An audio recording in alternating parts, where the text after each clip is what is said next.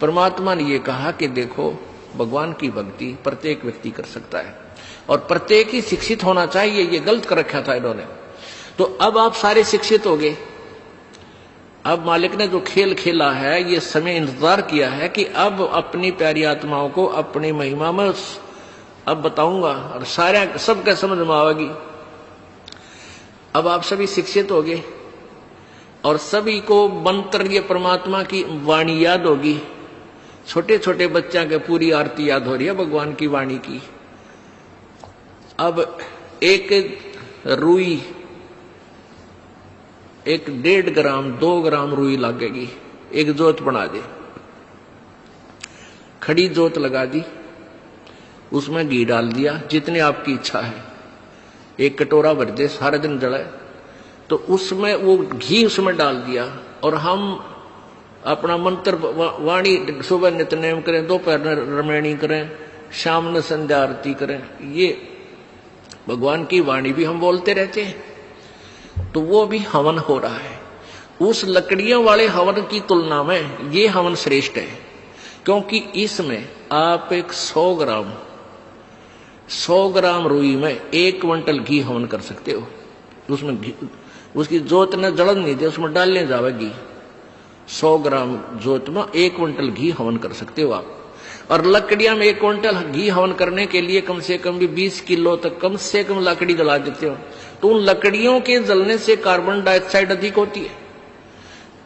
उस 2 धड़ी यानी 20 किलो लकड़ी समाप्त की जलने की तुलना में एक 100 ग्राम रुई की का प्रदूषण उससे कई हजार गुना कम होगा। तो हमने ये अपनाना है, तो हम अपना हवन डेली करें हैं।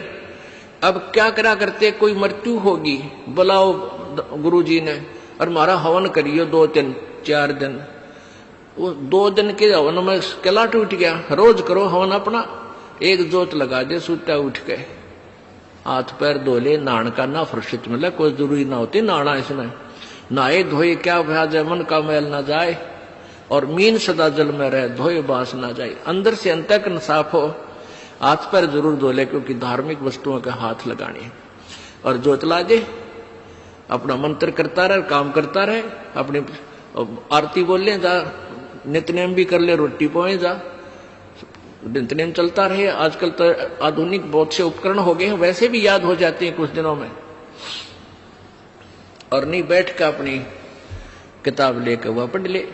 अब हवन हो गया तो हम अपना काम आप करेंगे। जब बात बनेगी, किसी के बच्चा हो जाता था तो उसने क्या कहा करते, 7 दिन तक तुम, जैसे पहले ज्योति तो सभी जलाते थे, तो क्या कहते थे, 7 दिन ज्योत नहीं जलानी तुमने, 13 दिन।